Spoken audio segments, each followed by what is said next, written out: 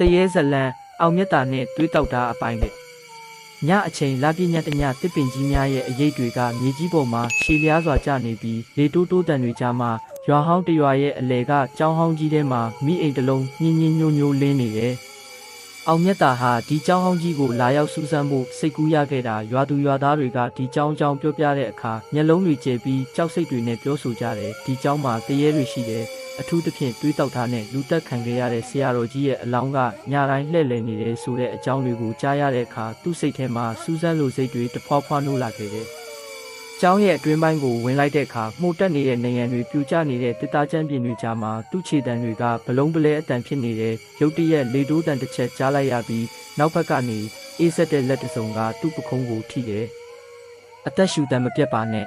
။အတန်တစ်ခုကသူ့နားထဲမှာတဝီဝီမြည်လာတဲ့အောင်မြတ်တာဟာဖြည်းဖြည်းချင်းလှည့်ကြည့်လိုက်တဲ့အခါမိအိမ်လင်းရောင်မှာဖြူဖက်ဖြူရောဖြစ်နေတဲ့ရုပ်တစ်ခုကိုမြင်လိုက်ရတဲ့သပင်ဖြူတွေကမျက်နှာတစ်ခုလုံးကိုဖုံးနေပြီးလက်ထဲမှာသွေးနဲ့ဆူနေတဲ့ဓာတ်ရှိကြီးတစ်စင်းကိုကင်ထားတယ်။ငါဓာတ်ကသွေးစာနေပြီ။တရေဆရာတော်ရဲ့အတန်ဟာအောင်မြတ်တာရဲ့နှလုံးသားထဲအထိအေးဆက်စွာဝင်ရောက်လာတဲ့ဓာတ်ကြီးကသူ့ဘက်ကိုလှည့်လာတယ်။အဆုံးသက်တို့ရှေ့ဆက်ဖက်ရန်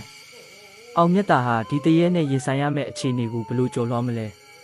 သွေးတောက်သားရဲ့လျှို့ဝှက်ချက်ကဘာလဲဒီเจ้าဟောင်းမှာတကယ်ပဲအသက်ရှင်နေသေးတဲ့လူသက်သမားတယောက်ရှိနေမလားဒီဇလန်းလေးကိုဆက်လက်ဖတ်ရှုဖို့စိတ်ဝင်စားပါကနောက်ပိုင်းခန်းဆက်တွေကိုရေးသားပေးပါမယ်ဗျာဖော်လိုလုပ်ခဲ့ဖို့မမေ့ပါနဲ့နော်ဒီကျေးဇူးတင်ပါတယ်